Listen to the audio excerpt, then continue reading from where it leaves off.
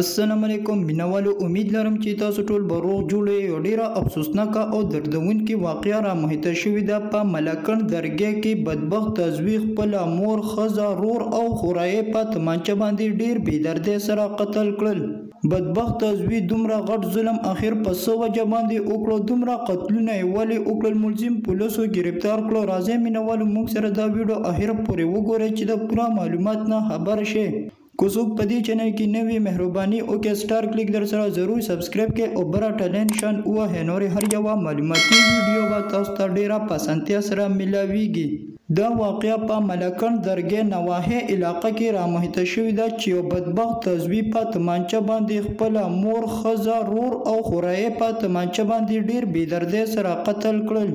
عزتمندو فاتح علي خان په کور کې خپلې ښځې سره په معمولي خبره باندې جنګ جګړه وکړله او د حساب له مور ورته هم غوسه شوله چې هغه ذهني بیمار او د حساب له بیا تمانچه راواغېشتله چې په تمانچه باندې خپله مور هم وویشتله او د حساب له خپله ښځه، کشرې، رور او خوریی قتل کړل.